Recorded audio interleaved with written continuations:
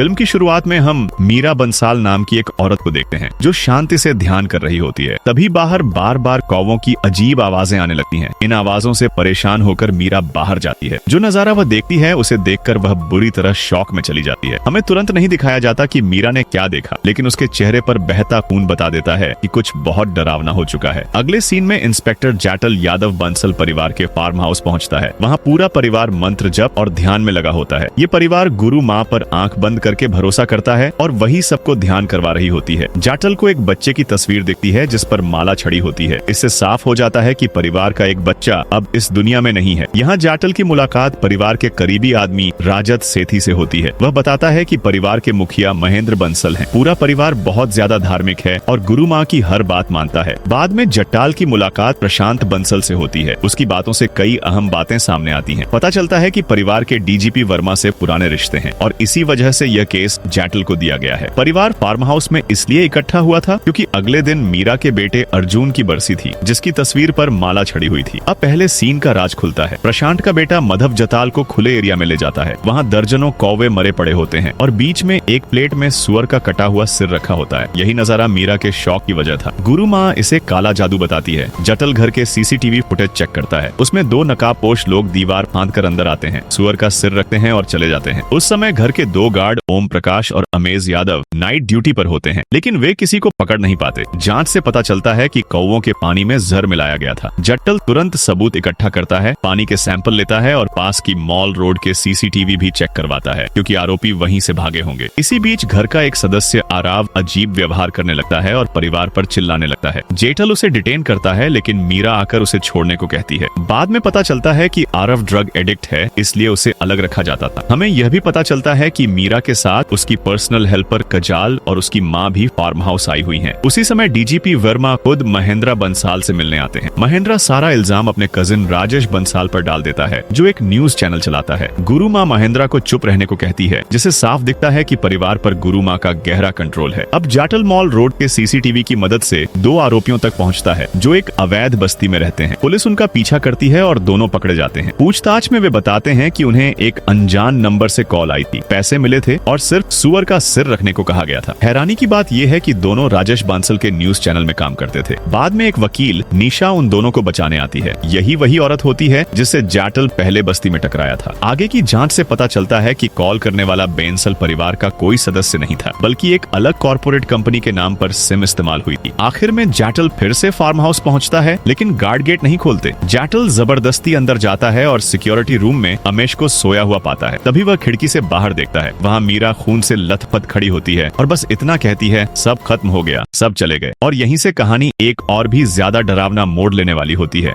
जाटल अमेश को guard room में रुकने को कहता है और खुद घर के अंदर जाता है। सबसे पहले उसकी मुलाकात आस्था से होती है। आस्था बताती है कि वह और रेहन एक कमरे में बंद थे और बाकी लोगों के बारे में उसे कुछ नहीं पता। ऊपर जाते ही जाटल गार्ड ओम प्रकाश को देखता है, जो खून से बुरी तरह लथपथ पड़ा होता है, जैसे उस पर जानलेवा हमला हुआ हो। आगे बढ़ने पर जाटल देखता है कि बंसल परिवार के बाकी सदस्य अपने अपने बेडरूम और कॉरिडोर में बेरहमी से मारे गए हैं। सबके चेहरे ढके हुए थे, जिससे साफ लगता है कि ये हत्याएं पूरी प्लानिंग के साथ की गई थी। सिर्फ आरिफ ही नीचे स्विमिंग पूल में गिरा हुआ मरा मिलता है। कुल मिलाकर बांसल परिवार के 6 लोग मारे जा चुके थे और गार्ड ओम प्रकाश गंभीर हालत में जिंदा था। जाटल तुरंत पुलिस को खबर देता है और थोड़ी ही देर में पूरी फोर्स पहुंच जाती है। केस की जिम्मेदारी एसपी चौहान को दी जाती है, जो शुरू से ही झट्टाल के खिलाफ नजर आते हैं। बाद में फॉरेंसिक टीम आती है, जिसकी अगुवाई डॉक्टर पैनिकर कर रही होती है। वह बहुत सख्त और प्रोफेशनल होती है। वह सारे सबूत और सैंपल इकट्ठा करवाती है, यहाँ तक कि मीरा को भी तुरंत जाने नहीं देती, क्योंकि उसके कपड़ों पर खून लगा होता है। इसी दौरान पूल से एक दरांती मचेटी मिलती है, जिससे ज्यादातर हत्याएं की गई थी। मीरा अपना बयान देती है। वह बताती है कि वह बाथरूम में थी, तभी उसे लगा कि कोई दरवाजा खोलने की कोशिश कर रहा है। थोड़ी देर बाद उसे चीखों की आवाज आई। बाहर निकलकर उसने अपने अंकल को घायल देखा और फिर एरिफ को दरांती लेकर अपनी तरफ आते देखा। उसी वक्त गार्ड ओम प्रकाश आ गया। दोनों में हाथापाई हुई, जिसमें ओम प्रकाश घायल हो गया और आरिफ ऊपर से नीचे गिरकर पूल में मर गया। सब कुछ ऐसा लग रहा था जैसे आरिफ ने कंट्रोल खो दिया हो, क्योंकि क्योंकि वह ड्रग एडिक्ट था और 2 बार रिहैब के बाद भी ठीक नहीं हुआ था। मीरा के मुताबिक इसके बाद उसने आस्था और रेहान को एक कमरे में बंद किया और फिर गार्ड के पास चली गई, जहां जाटल ने उसे देखा था। फॉरेंसिक रिपोर्ट कंफर्म करती है कि हत्याएं उसी दरांती से की गई थी और आरिफ की नाक में ड्रग्स के निशान भी मिले। केस देखने में बिल्कुल साफ लगता है, लेकिन जाटल को शक होता है क्योंकि कुछ लोग अपने बेड या लैपटॉप पर मारे गए थे, यानी उन्होंने कोई विरोध नहीं किया। इससे साफ होता है कि उन्हें पहले सुलाया गया था। जांच से पता चलता है कि पीड़ितों के शरीर में क्लोनाज़ेपाम नाम की दवा मिली थी, जो नींद और एंग्जाइटी के लिए इस्तेमाल होती है। यही दवा पहले कौवों को मारने में भी इस्तेमाल की गई थी। बाद में साबित होता है कि यह दवा खीर में मिलाई गई थी। 3 लोगों ने वह खीर नहीं खाई थी। आस्था, उसे दूध से एलर्जी है। गार्ड ओम प्रकाश, वह ड्यूटी पर था। और मीरा, उसका मन नहीं था। जट्टाल आस्था से बात करता है। आस्था कहती है कि हत्याएं आरिफ ने नहीं की। उसके मुताबिक आरिफ उस रात रेहान के साथ वीडियो गेम खेल रहा था। वह अचानक इतना हिंसक नहीं हो सकता। आस्था यह भी बताती है कि बंसल परिवार की कंपनी पहले से ही बर्बादी के कगार पर थी, क्योंकि बेटे अर्जुन की मौत के बाद मीरा ने कंपनी की संपत्तियों पर लोन लेकर सब कुछ खराब कर दिया था। आस्था के अनुसार इसके पीछे गुरु माँ है, जो एक ढोंगी है और कंपनी का सारा पैसा हड़पना चाहती है। वह घंटों आरिफ के साथ बंद कमरे में रहती थी और शायद उसी ने उसे भड़काया या पूरा प्लान बनाया। बाद में गुरु माँ की मौजूदगी में बंसल परिवार का अंतिम संस्कार होता है। जाटल गुरु माँ से पूछता है कि जिस खीर में दवा मिली थी वह तो प्रसाद थी। गुरु माँ साफ इनकार कर देती है और पहेलियों में बात करते हुए जाटाल के निजी डर और अकेलेपन तक का जिक्र कर देती है। इसी बीच मीरा का पति लंदन से आता है। वह एक पीडियाट्रिक ऑन्कोलॉजिस्ट है। वह बताता है कि उनका बेटा अर्जुन फेफड़ों की बीमारी से मरा था। उसके मुताबिक भी आरिफ ही कातिल था, क्योंकि पूरा परिवार आरिफ के साथ जानवरों जैसा बर्ताव करता था। बात करते हुए वह फोन पर क्लोनाज़ेपाम दवा ऑर्डर करता है। जाटल तुरंत पूछता है, यह दवा किसके लिए है? वह जवाब देता है, मीरा के लिए। और यहीं से केस एक बार फिर पूरी तरह पलट जाता है।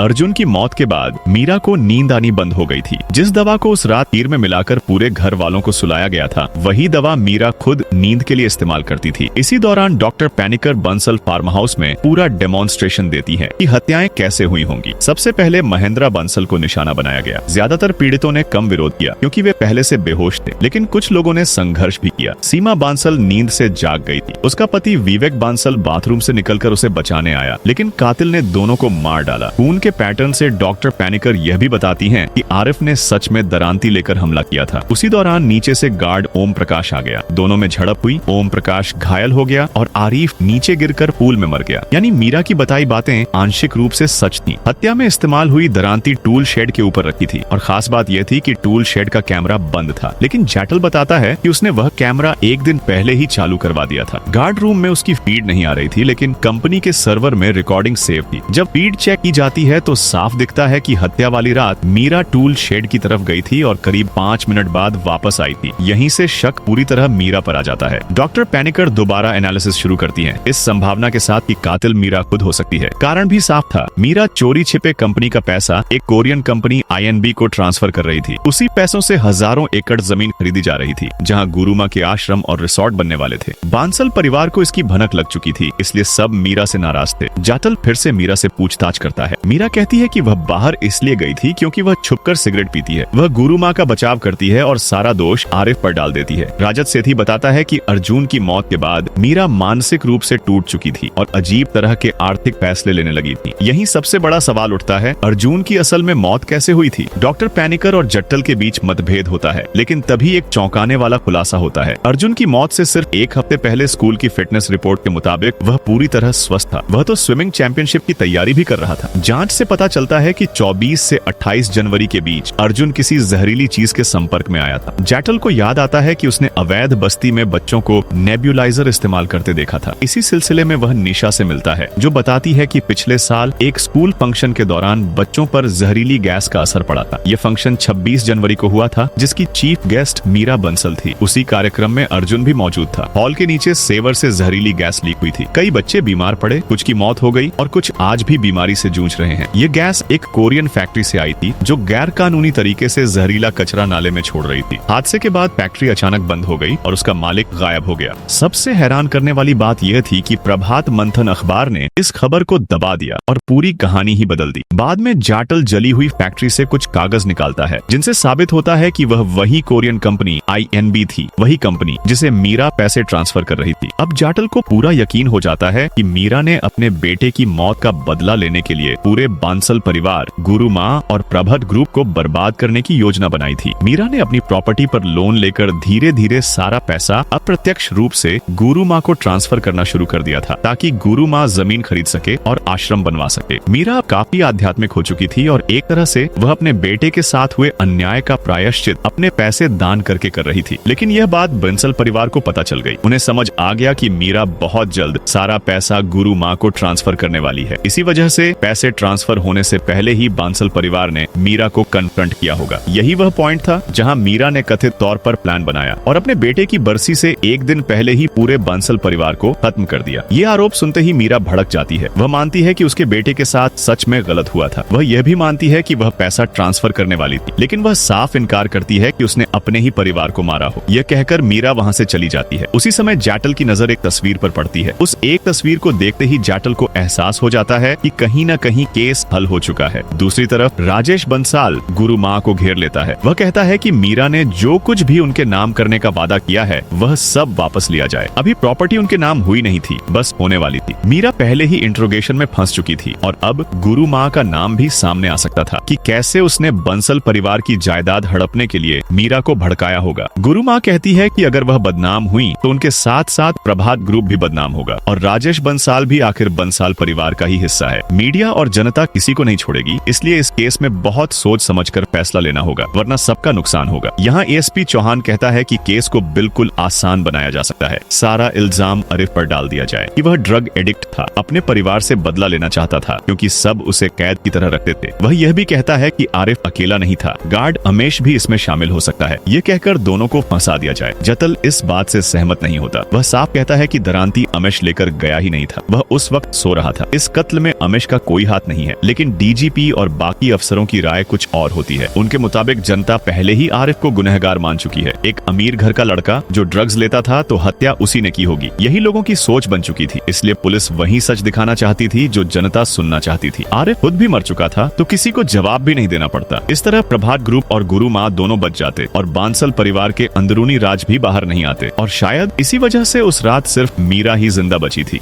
जातल इस फैसले से खुश नहीं था क्योंकि वह जानता था कि न आरिफ कातिल था न अमेश। यह तय हो जाता है कि अगली सुबह मीडिया के सामने पुलिस वही रिपोर्ट पेश करेगी जिस पर अभी फैसला हुआ है। केस का अंजाम यही होना था, आरिफ और अमेश को दोषी ठहरा दिया जाएगा। ऐसे में जाटल के पास सिर्फ एक रात बचती है इस केस को सच में सुलझाने के लिए। यहाँ तक कि डॉक्टर पैनिकर को भी केस से हटा दिया जाता है और लोकल फॉरेंसिक टीम लाने का फैसला हो जाता है। जाटल आखिरी बार डॉक्टर पैनिकर से मदद मांगता है। वह कहता है कि उसे कातिल का पता चल चुका है, बस एक बार कातिल के नजरिए से फॉरेंसिक एनालिसिस चाहिए। डॉक्टर पैनिकर मान जाती है। जब जाटल कातिल का नाम लेता है तो वह भी हैरान रह जाती है। कातिल कौन है ये आपको अभी पता चलने वाला है। जाटल सीधे उस अस्पताल पहुंचता है जहां गार्ड ओम प्रकाश भर्ती था और अब उसे होश आ चुका था। जाटल सीधे सवाल करता है, तुमने बांसल परिवार को क्यों मारा? हाँ दोस्तों, असल कातिल था गार्ड ओम प्रकाश। ओम प्रकाश वही पुरानी कहानी दोहराने लगता है कि सब कुछ आरिफ ने किया, वह तो बस उसे रोकने की कोशिश कर रहा था। लेकिन यहाँ जाटल सारी परतें खोल देता है। वह बताता है कि आरिफ को ड्रग्स असल में ओम प्रकाश ही सप्लाई करता था। अमेश ड्रग्स लाता जरूर था, लेकिन आरिफ को देने का काम ओम प्रकाश करता था। ओम प्रकाश ने ही आरिफ के फोन से लोगों को हायर किया ताकि फार्म हाउस में सुअर का सिर रखा जा सके। कुएं के पानी में ड्रग्स मिलाने का काम भी उसी ने किया था। किशोर माली के जाने के बाद ओम प्रकाश पूल शेड से दरांती लेकर घर के अंदर घुसा। उसने जानबूझकर पिछला दरवाजा खुला छोड़ा ताकि बाद में चेकिंग का बहाना बना सके। इसी दौरान आस्था ने ओम प्रकाश को देख भी लिया था। ओम प्रकाश ने पहले आरिफ को ड्रग्स दिए ताकि बाद में सारा इल्जाम उसी पर डाला जा सके। इसी वजह से आरिफ की नाक में ड्रग्स के सबूत मिले थे। फिर वह ऊपर गया और एक एक कमरे में जाकर बंसल परिवार के लोगों को मारने लगा। वह सबके चेहरे पर कपड़ा डाल देता था ताकि खून के छींटे उसके कपड़ों पर न पड़े। खीर में पहले ही ड्रग्स मिले हुए थे। सब लोग आधे बेहोश थे और ज्यादा विरोध नहीं कर पा रहे थे। लेकिन एक गड़बड़ हो गई। सीमा और विवेक बंसल पूरी तरह सोए नहीं थे। सीमा ने मुकाबला किया। उसकी आवाज सुनकर विवेक बाथरूम से बाहर आ गया। ओम प्रकाश ने दोनों को मार तो दिया, लेकिन शोर सुनकर आरफ कमरे में आ गया और उसने अपने माँ बाप को बचाने के लिए ओम प्रकाश पर हमला कर दिया। किसी तरह बचते हुए ओम प्रकाश नीचे भागा। आरफ दरांती लेकर बाहर आया और उसी पल मीरा ने आरफ को दरांती हाथ में देख लिया। उधर ओम प्रकाश नीचे भागा, लेकिन आस्था को देखकर वह फिर से ऊपर की तरफ भाग गया और आस्था ने यह सब अपनी आंखों से देखा।